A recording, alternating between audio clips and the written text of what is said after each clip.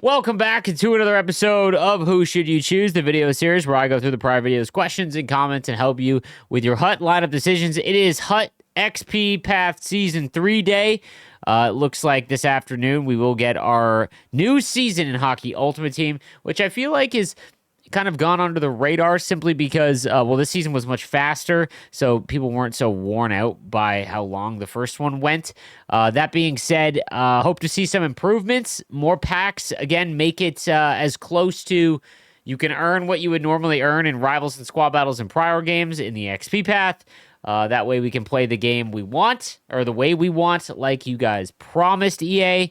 That being said, let's get into the comments. We'll start with Kenny. He says, it'd be nice if captain cards gave your player a +2 in overall, and ultimate cards, they could give their players a +1 overall like they used to. Also, I wish jersey number customization cards weren't assigned to a specific number. Acquiring this collectible should allow you to choose any number you want from numbers 1 to 99. I know these are small changes, but I think it'd be great. I feel like, dude, the number 1 is actually a fire idea. So what he's saying is don't have individual collectibles for each and every single number in the game, or 1 to 99.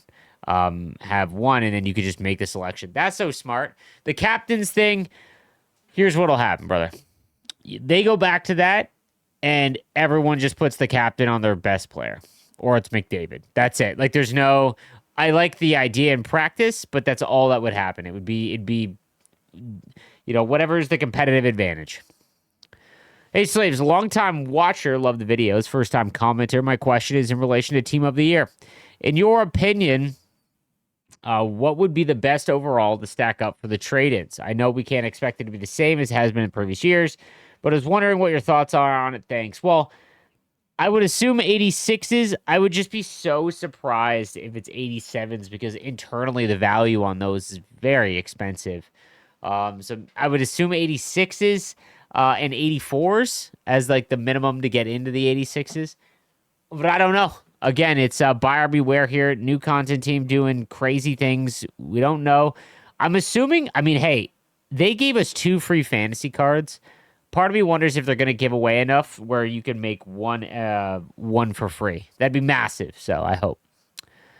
I've always thought it would be fun to add chemistry to the game. If you have 3 players from the same team on a line, they get a small boost. Something to encourage teams and some diversity. Dude, 1,000%. This game needs it so bad. And I talk about MLB all the time, but MLB has a captain system where it's like, it'll be like you get the Red Sox captain card, okay? No matter who it is. And if you get 7 Boston Red Sox players in your lineup, they get like +5 to their attributes. That's not a lot in MLB. If you have 10 in your lineup, you get +10. And then if you have, like, your entire lineup is Red Sox, then you get +13, right? It shouldn't be that dramatic, but if you had, it would allow you to use all the players you want from your favorite team if you were allowed to, like, upgrade. So, like, let's say you have the captain card, there's 32 at the launch of the game. Logan Couture is the captain of the Sharks. And every card that is a San Jose Shark gets a +2 overall boost if you have the entire lineup in there. And that'd be huge. It would allow you to team build a lot better. I would love that. Absolutely love it. Functionality question, Sleeves. Would love to hear your take on the issue I've been having and wonder if anyone else is dealing with this. When I have Gallery of Greats MSPs in my lineup and I bring in fantasy players, it auto-enables their abilities and makes sometimes 1 or 2 of my Gallery of Greats abilities inactive.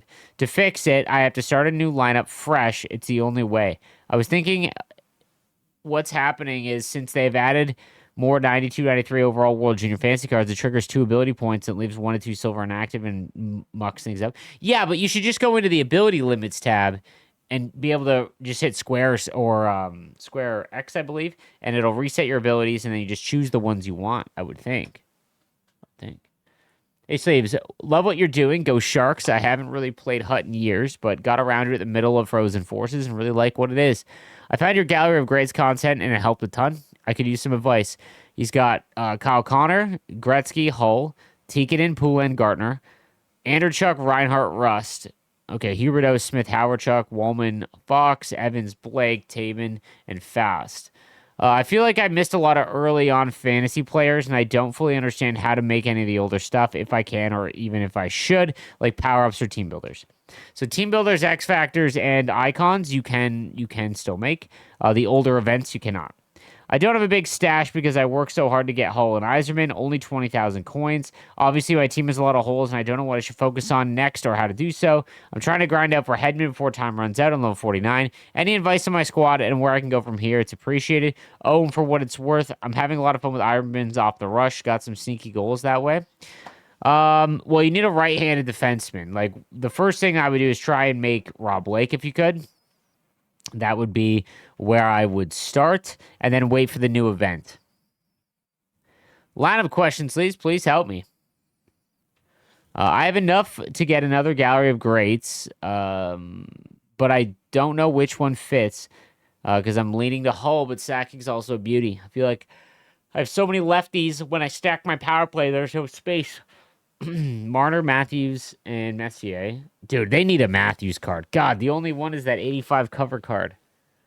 X Factor, Nylander, Thornton, Kucherov, Eichel, Miller, Celebrini, Gunther, Barkov, Cristal. Well, I think he'd benefit more from Sakic. I do. I think he would benefit more from Sakic. My Niedermeyer needs an upgrade. Come on, EA. This is the hard part of getting icons and X Factor captains and things like that. You're at the mercy of EA just releasing cards. So it stinks, is what it is, though. Hey, Slaves, do you think team builders will upgrade forever? Will upgrade, sorry, before Team of the Year? No, usually they upgrade in February, I think is the second one.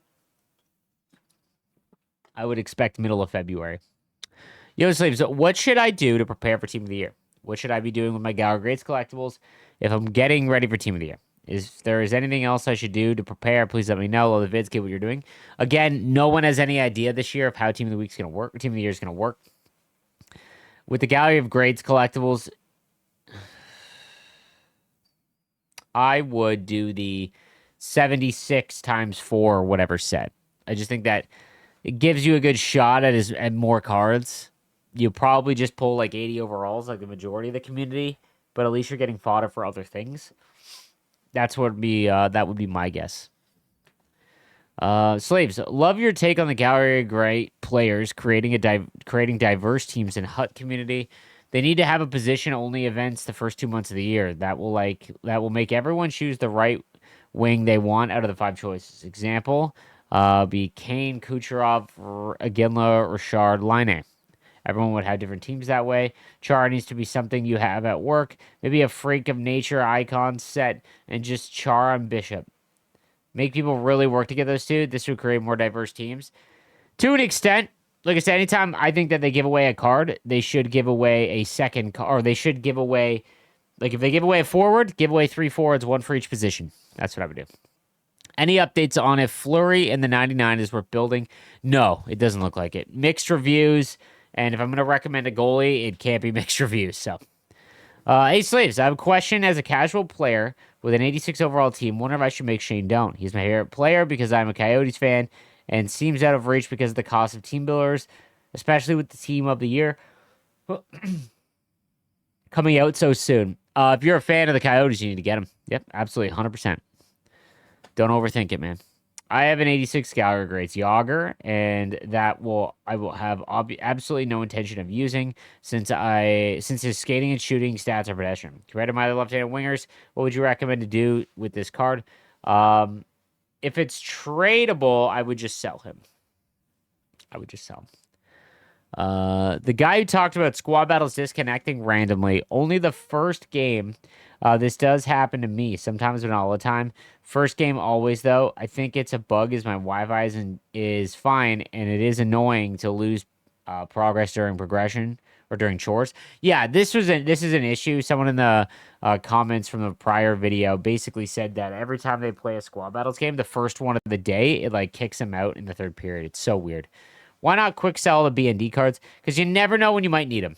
Like, if you've been grinding all year and you've got a B&D card that's pretty good, if you do a trade-in, like a 2-for-1 kind of thing, and you need someone to fill your lineup, you might as well still keep them. Bure used to be in the game. What changed? So how it works is every few years they've got to sign this release so they can use their likeness, like with Hasek this year. From my understanding, Bo didn't want to sign it the second time, so or sorry, Bure um, didn't want to sign it. Like he wouldn't sign it. Like EA reaches out to all of them, like all the guys you want, McGillney, Bure, all those players. They've got to sign the sheet, and if they don't, nothing they could do. I have a theory with the World Juniors event being 83s to trade in 1-for-1. Do you think Team of the Year would be 84s, 1-per-1 collectible, continuing the trend up? Yeah, I could see it being 84s. I do. That's hilarious. I was just talking about that they always have the same legends every year, and I've never seen Bure, Fedorov, or Korea as some of my favorites as a kid. But some guy told me EA doesn't have naming rights for a lot of guys, but we definitely need a change of names to the legends. In the last 2-3 events, they've been great to my team, got some excellent players. I don't have many coins and many cards available 81 and below or above, so I'm just going to keep banking everything and save for Team of the Year, completely staying away from the 2000s event. I don't blame you. The 2000s event, I talked about it last episode. It's such a hit or miss event. Like, if they make it, they're going to have to make free abilities or maybe customizable synergies, something. And if they do that, that's crazy. But again, it lowers the value of the chase cards. But if they don't, and it's not free MSPs, like abilities for MSPs, then man, is that going to be received just poorly. So they backed themselves into a corner, and we just got to wait and see what comes up. So EA knew what they were doing with the Gallery of Greats 2000s event back-to-back before Team of the Year. Give the portion of the player base that probably has the most to spend on the game, the game players they watch growing up, so they burn their fodder before Team of the Year. They then feel the need to spend money. I mean, that's just business, though. Like, I don't blame them for offering stuff up like that. It's on us to show some control and restraint. But yeah, I don't expect this event to be crazy popular, to be honest with you. I've read that the 2000 event will also include players born in the year 2000. Yeah, so from my understanding, it's players from the 1999-2000 season, and then like guys in the booth and whatnot there, right? So, I think that it'll be like the guys that were born in 2000. Sorry, so we're looking at like Darlene, Svechnikov, I believe. There were some other options. So, last year I had a robust pool of cards to draw from during sets. However, with my introduction of bound cards this year, I've noticed a significant reduction in my available options. Do you think bound cards will be a permanent feature in future releases of the game? I don't think bound cards are going anywhere. Like I said, I think it's a good feature. It's just being executed absolutely terribly. So that's unfortunate. Like I said, when we do a trade-in for a very expensive card, like we've always done in HUT, the value that they assume is kind of set in the background. So like 288s for an 89. EA's background economy does that value. In terms of actual value of what we've deemed those MSPs on the market, the market we set, right? It's not even close in terms of good value for the most part. So B&D cards, when you do one of those expensive trade-ins, we should just get one card back account bound. That's how it should work. What they're doing is they're just avoiding, like an artificial way to help the economy by not letting players get a lot of good cards untradeable. Like, it stinks. It does stink. Free ability sets aren't the smartest idea. It's ruining it for team builders and grinding X factors. It doesn't matter who you have at this point. I have every card you can get possible, and the glitch top shelf goal is all I do now, which I'm not telling anyone how. Ooh. I'm sure that no one on the internet will find that. No, I'm just kidding, man. Yeah, like team builders' value is torched. They need to make team builders have free abilities. That's a good start. But until they do that, the only way to get the team builder cards that I would recommend is when they offer packs like they did the other day, where you're getting an 86 for like 120,000 coins or whatever. Like that was such a good deal in the long run that I'm okay with that, but making it is just so expensive that they aren't worth it. So, do I have to use all my XP collectibles before Season 2? I don't believe so. So what'll happen is the XP path from Season 2 sets will be there probably, and you'll be able to go in and then cash in any of your unused collectibles when season 3 comes out. So if you're working today, for example, I don't anticipate you not being able to just go in after and go to season 2 and trade them all in. But that being said, if you're at home and whatnot, I would, go and get a bunch of 82 and above player sets. Lineup question from GMac. Hey, Slaves, want your thoughts on my D pairings? Wonder if you'd switch them around at all. I basically tried a strong offensive card with a slightly more defensive card. ASP and Hedman, Blake and Coffee, Letang and Orr.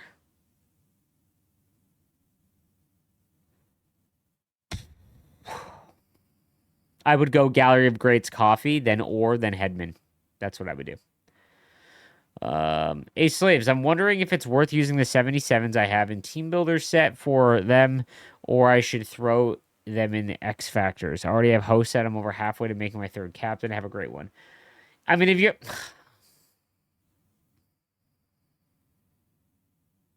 I would throw your 77s in, dude.